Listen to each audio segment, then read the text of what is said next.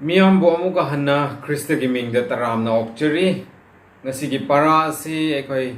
lesson mga subani para gi mamingna come to me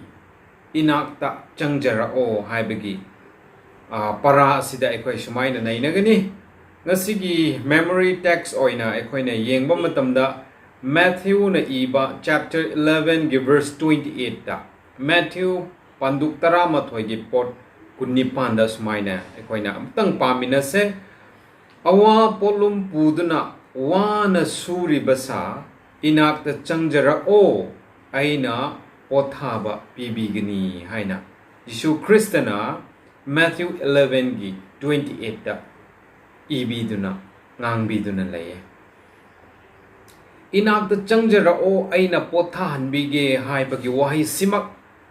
masigi promise simak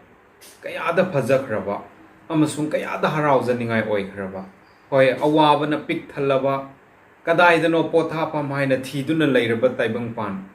Thawai Hakchang wakhal leitadana leiba matamsida ishorna inakta lao aina pothaba pige haibagi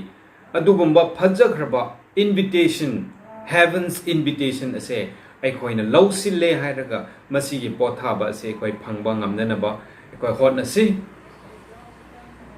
pumnamak Jisu Krista ngonda laye aikoina Jisu Krista dabu changlak soidanamak Jisu Krista na aikoi gi awa potlum mayam asibu thangda biduna aikoi bu pothahan bigani habse ngasigi parasida aikoi sumaina tamba phangani adubu maru oina hairiba pothaba asi phangnanaba nang aina kadi tawba tai amasung karamba matamda masigi pothaba asi phanggadra aduga loina na masigi pothaba asi Thawai amasung Hakchang animak ki pothabara haibasigi maramda aikoi handaki lesson asida aikoi sumaina nainagani wahang mayam amasung comments mayam atop churches singdagi sumaina hangbirakduna comment tawbirakduna laye wahang hangbirakpa amasung comment pibirakpa nakoi pumnamak pu ishor gi mingda thagachari nakoi na Sabbath khudingi aikoi ge program asibu meeting tabiduna support tawbiduna laye haibase ubuda yamna thamoiche penjei ishorna nakoi ge nathakta bor chauna pibiba oisino ngasigi para asi ahanbada aina yamna tenna para asi ge lesson asi ge summary aina summarize hana tawthokchage adugi tungda miyam gi comment amasung wahang sing lokhatjaraga ekoi gi evangelist Gideon Gonmai mongon gi ekoi sumaina paukun sing adu taminasi handaki para asi yamna phajakraba parani masida Jisuna ekoi bu kauduna laye invitation piduna laye madudi I will give you rest come hai aina nang bu pothaba adu pibige inakta changla o hai adubu masigi pothaba ase it has a cost mamal laye free da phangba nate masigi pothaba ase lauge haradi condition ama ani de ekoina inba tabani ahanba condition da masise ekoina phange hairabadi ekoi ngonda awaba ado nasada ishada hana phawba tabani kanagumba mina ai wakhre haina khanlakba mikop aduda pothaningba wakhan ado phawrakadabani mado ekoi ngonda ahanba da laigdabade ani subadana madugi awabagi wakhan pothaningbagi wakhan aduga loina na Jisuna kouriba come haibagi invitation adu lausilaga ekoi Jisu ngonda changlak patai hojikti madugi invitation adu ekoi lauraga Jisu ngonda changlakre come haiba invitation adu illaga maduna loidri hek changlaklaga pothaba adu ekoi hekta phanggadaba nate adubu Jisuna kari hai take my yoke upon you and learn from me hojikti changlakhrabagi tungda aigi potpu ase aigi potlum ase nangi lengban thakta thangatlaga aingondigi tamjau hai Jeremiah kuntaret ki matung inna yok potpu haibase masigi khudam ase submission haibani nonjaba ko ngajaba pisinjaba natraga ishana isabu asonbane khanna mipan tangba submission adugumbai go wakhalon ado aikoi leiraga o ai sidi papi ni ko aigi pangal na karisu ngamba nate ko haina Jisu ngonda submission ngajaba pisinjaba tangjaba ado aikoi na darkar lai madu tangjaraga Jisuna tambi ba masi illoko madu taw ko haiba pumna ma ado we should be learning madu mayam ado aikoi na tamsilaga in batai madutata aikoina Jisugi pothaba adu aikoina phangani amuka Jisuna hayane I am gentle and lowly in heart aidi thamoi ingda tapthaba saugandaba pukchel ingba adugumba ishorni haina hai Apostle Paul na hai Jisu ase Moses gumna ing tape haina 2 Corinthians ge chapter 10 verse 1 da aikoina aikoina paba phang meekness amasung gentleness ing tapa mong hadaba ka nolukpa haiba simak se thawai gi mahaine haiba se so aikoina Galatian manga gi kunithoi kunhumdoi aduda aikoina pa aduga Krista gi tung inba mioi pumnamakna hairiba ing tapa meekness gentleness haiba se laigedabani haina Colossians chapter 3 gi verse 12 amasung 1 Timothy 6:11 da aikoina sumaina pa phange ing tapa nolokpa haiba se aikoina asonba pangal leijadaba miki thi karisu tauba ngamdaba mioi amagi lisat adugumagi gundi natte adubu masije madugi onna tainabada ing tapa meekness haiba se dikrira hairaga masidi khwaidagi matik magul leiba aphawba kigandaba angamba adugumba singi gunne hai nangna karigumba meekness ase lairadi nang ase miki thi nate adubu nang ase khwaidagi pangal leiba ingam ngamba adugumba mioi amane haibse akhoi bu tangpi duna lei aduna Jisu Kristana nakoi aigi tung inge hairadi ko nang aigi pothaba ase loge hairadi ko nangi nasada meekness ase su laigdamne maramdi ai asidi meekness ne ingta tapthaba ishorne aduna aina pigadawriba polum ase nangna puba ngamloidaba polum adudi piroi haina Jisu Kristana takpi duna lei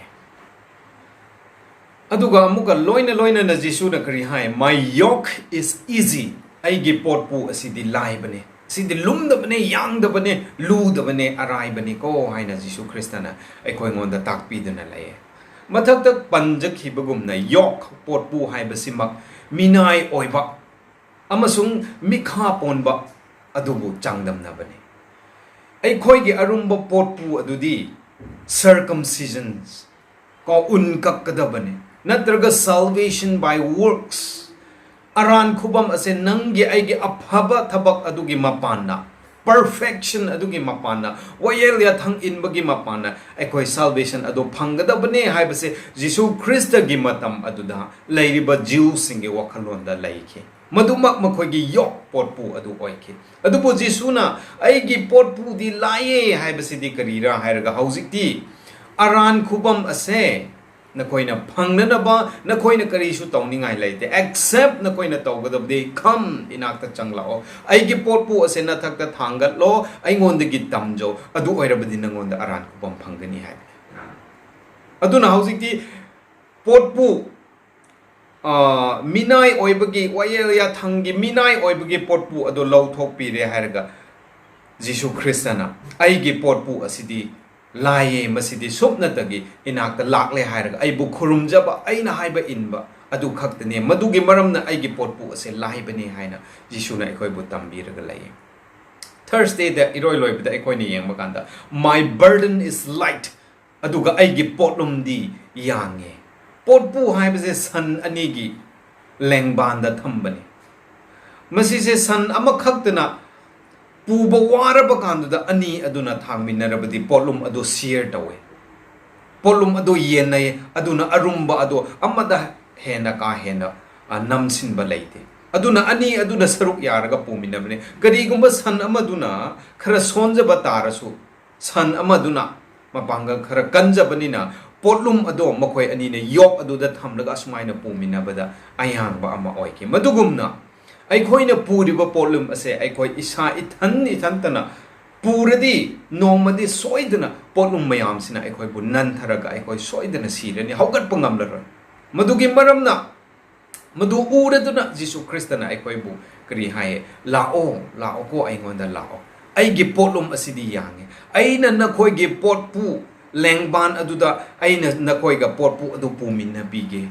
haina Jisu na kauduna lai Jethro na Moses pohai nahak ki polum ado yen thok no share your burdens haina Exodus ki chapter 18 verse 13 through 23 da parati ekhoina pa uba phangani madugumna nang aigi nang ai Krista gi mi oikraba ekhoina su atopa mi oisingi polum ado puviduna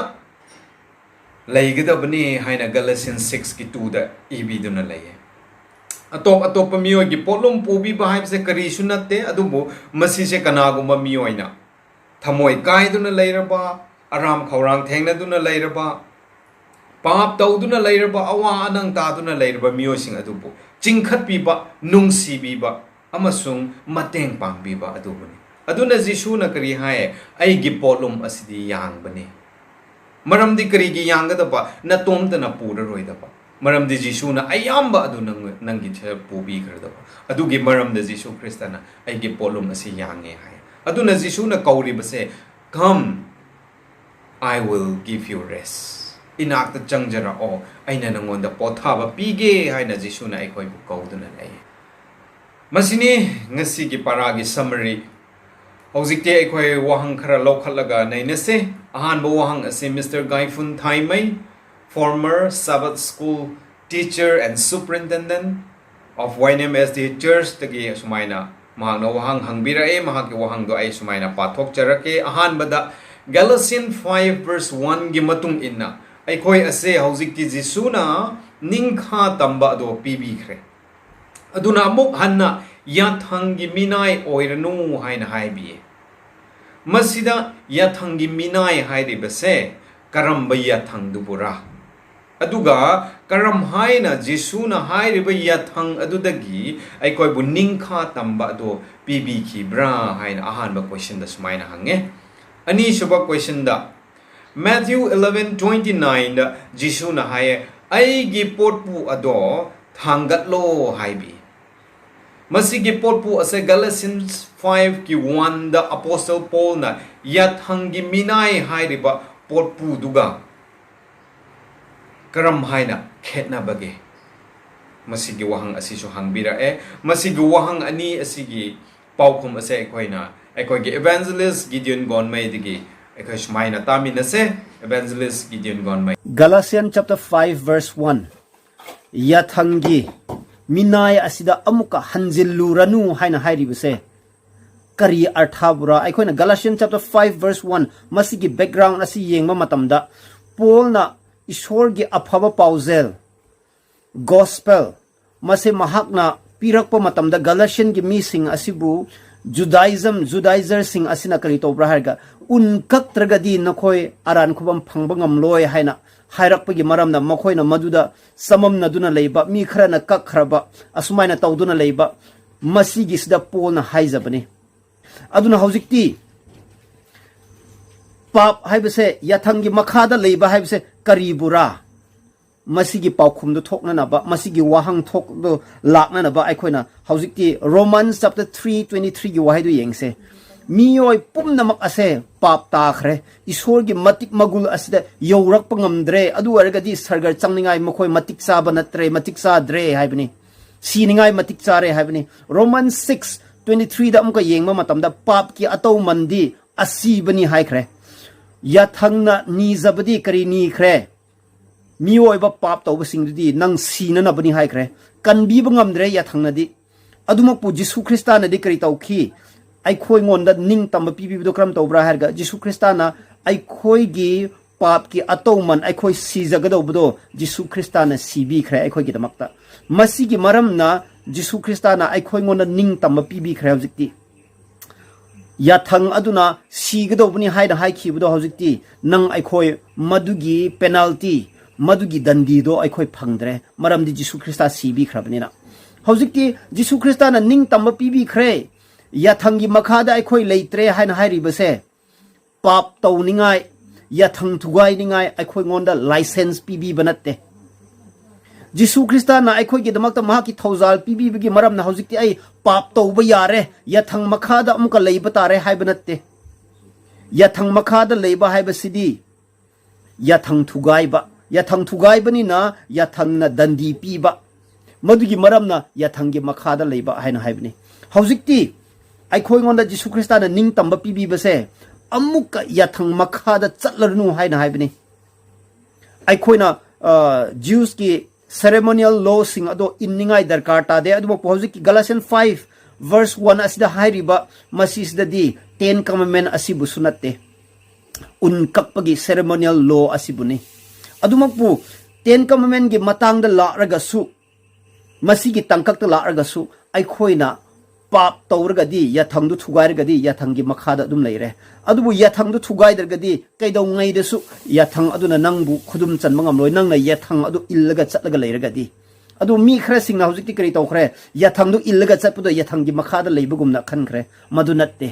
onna taina nana yathangbu illaga chatlaga leirgadi yathangi mathak aikhoi leibni yathangna aikhoi bu kari su tawbu ngamde yathangna siningai su dandi pi ngamde aduna hojikti Jisu Krista manakta lakpa matamdadi Jisu Krista na aikhoi gi damakta sibi khre mangonda hojikti aran khubam aikhoi na mangonda changjaba matamdadi kokpi ba leikhre maduna Jisu Krista gi thozal adubu thazaraga aikhoi na chatsaba matam asida aikhoi ngonda ning tamba pibi ba haiba aduni adu papta amuka chatlaga di yathang aduna amuka demand tawguni ngasai hai khibdo license pi banate Jisu Krista na aikhoi gi pap ki ato manse mahak na mahut sinbi khrabagi maram na hojik ai pap to bi yare haibdu na te haibse sumaina Matthew 11 verse 29 Jisu Krista gi potpu aduga Galatians chapter 5 verse 1 masi isda yathangi minai natraga yathangi potpu masi aningi khekna base karira haraga yathangi midnai natraga yathangi potpu asidi karira haraga aikhoi na yathang inbagi mapalna sargar chatna naba aran khubam tanjaba yathang inbagi mapalna aran khubam tanjaba madugi potpu amma aduga amana Jisu Krista gi potpu masidi karira haraga Jisu Krista bu gi thauzal asibu thazaraga aikhoi sanglakpa yathangi potpu adudi kokpi ba leitabnina aikhoi ngonda adum ningsing han khare aikhoi gi lanjaba mayam ado aduna hojik nangna phaba ki amrum to jage haraga so hen pap asina kri tawkhre yathang thugai baduna hen yathang aduna yathangi ato mandi asibani haina Romans 6:23 da haikibdo adum aikoi wakhada lakhrani Jisu Krista gi potpu di mangonda changjarakpa matamda kokpi ba leye masigi maram na kri tawre mangonda hen nungsi jakhre mangonda changjakhre maga pumin nakhre masigi maram na mahak ki potpu se yamna lai habni khetna basidi Jisu Krista gi potpu di thozal asibu thazaraga Jisu Krista gi thozal asibu thazaraga aran khubam aikhoi phangba yathangi potpu asidi kari tawbra harga aphaba tawbagi natara yathang inbagi maramna aina aran khubam se aina tanjabani habgi romda chatchakhraba masina masi ani gi khetna base asini Jisu Krista gi potpu sidi yangi maramdi mahakna kopi aikhoi lanjaraga su hanjilakpa matam asida aduga aikhoi gi damakta mateng pibiye mahakna tambiye takpiye mangonda nungsirakpa matamda hena sungak ningkhre adubu yathangi potpu asdi aikhoi gi damakta putlum oiraga yathang aduna adum demand tawdo piba ngamdaba matamda frustration wakhan nungai taba mayam se laraga hena aikhoi bu wahalle habse smaina hainingi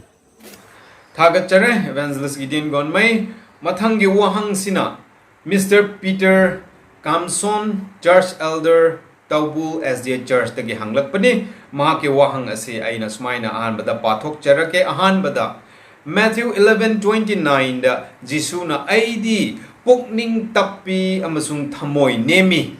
hai masigi wahai ase isana isabu wangna thangat chaba haibade self exaltation gi wada mali masi se karam haina aikhoina gyan tagadage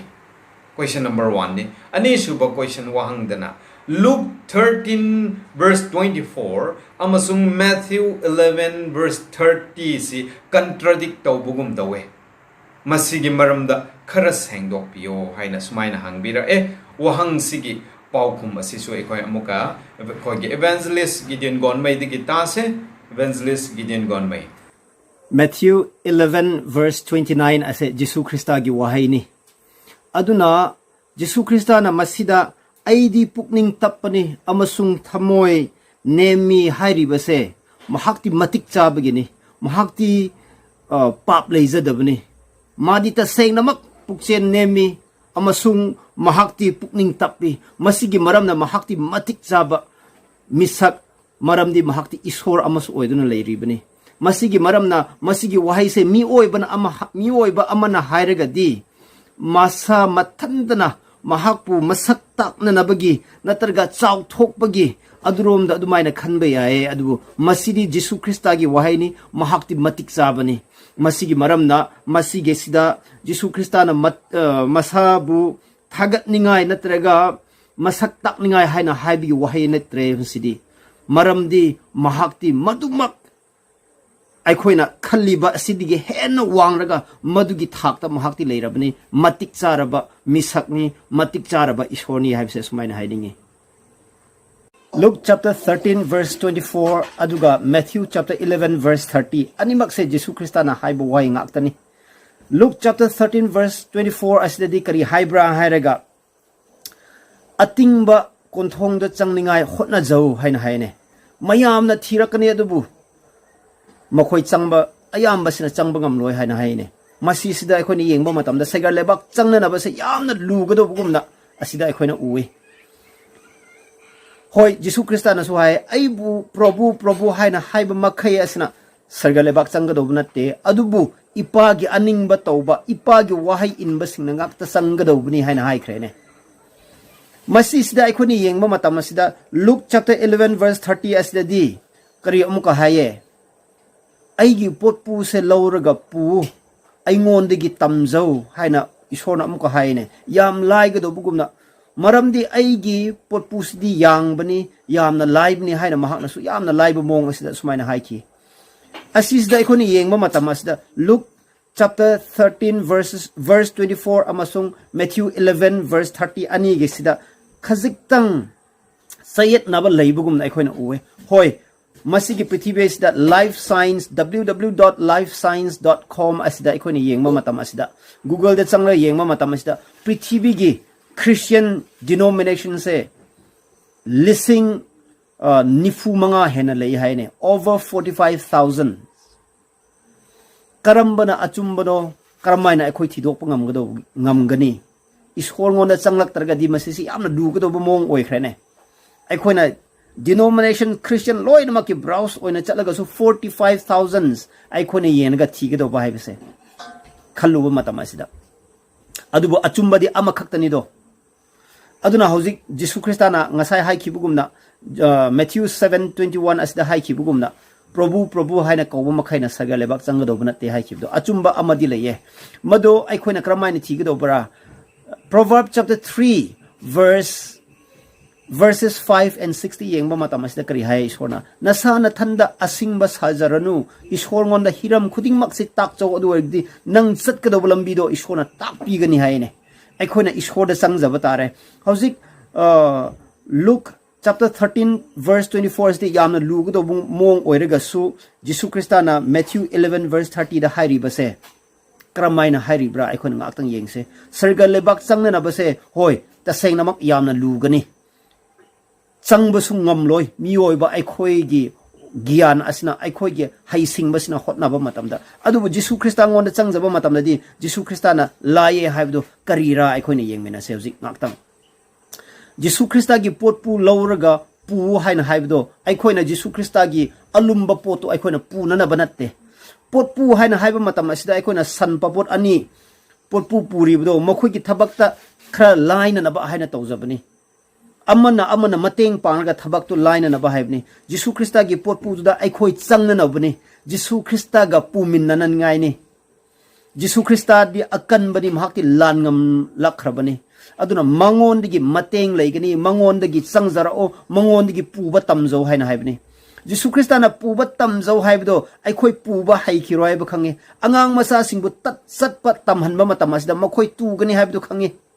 turaga su khongthang ama thorakpa matamda mathang khongthang ani ahum chatpa haira ani chenba haira ani chongba haira ani masmaina tawduna hena kalakna bani aikhoi su Jisu Krista gi manakta mahaki potpu da changjaraga aikhoi pap su taw roi habdo haibngamde tawraga su Jisu Krista ngonda changjaraga laibani aidi pukchen tapni aingonda changjar o haina haikibdo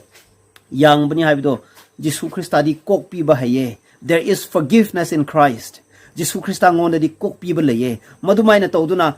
aikhoina asum chatpa tamraga thawai gi lambi asida aikhoina chatpa asumaina Jisu Krista ge matengna tamjarakpa matamda nongmadi chatpa haira ani chenba haira ani chongba haira ani adumaina tawduna hawjiti mari ase asum hena naksilakpa matamda Jisu Krista bo hena nungsibado phawrak ani phawrakpa matamda di mahaki yathang sing ngakadobase aikhoi ngonda putlum oina leiraroi haraubana thalani ngakningbana akhoi wakhal da sumaina phawrakani matam aduni Jisu Krista na hai ki bo haedo aigi potpu dudi laibani yangbani aingonda la arga aingonda gi tamzo haina hai khibdo haina sumaina hainingi Thagachere Evangelist Gideon Gonmei Wang Sing dugi paukum yam na tenna adubu yam na mamal leina khumbi khibigi damak ishorna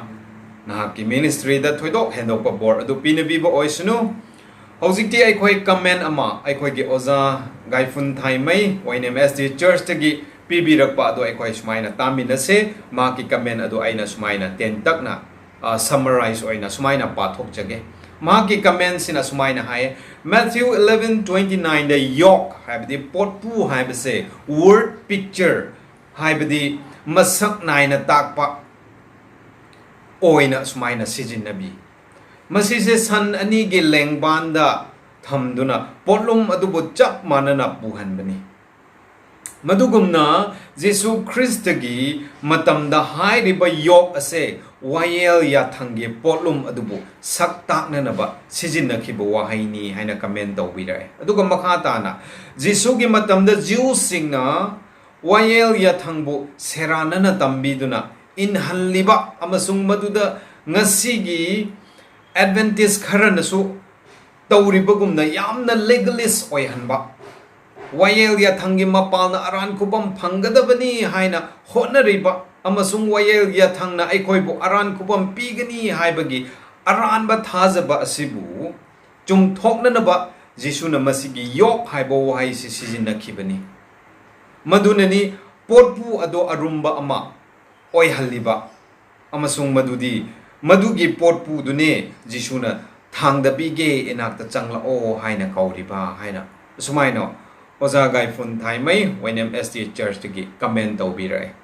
hoi achumba makni comment asi amna phajana tawbirae thagachare mahaki comment adugumna polum ado thangdaba ngamnana ba aikhoina Jisu Krista ngonda changjare ga wayel ya thangi mapana aikoi sarga chagadaba natte adubu maduna wayel ya thang adu darkar tadre haibadi natte haibse aikoi ni gyan tamina se haibse sumaina aina haijaninge loisilakpada muhanna ozagai fun thaimai YNM church tagi wahang amakhak sumaina leye madugi wang adu aikoi sumaina tamina se Jisuna hai awa polum puri basa inakta changla o aina potha hanbige haiba si karamba context ta haibano haina hanglai amasung Jisu ngonda aikoi ge polum sing ase pi sindringai gi mamangda aikoina ahanbada kari tawgadage haina so hanglai aduga hairiba pothaba ase Thawai amasung Hakchang animak ke pothaba adura karigumba Hakchang ge pothaba adubu sune hairabadi karam haina Hakchang ge pothaba ase permanent oigadoribano haina wahang ase amakhakta da yamna sumaina hangbirakre wang singsigi paukum aina sumaina tenna pijage hoi hojik ki wahang aduda potha hanbige haibagi context ase ekoina sumaina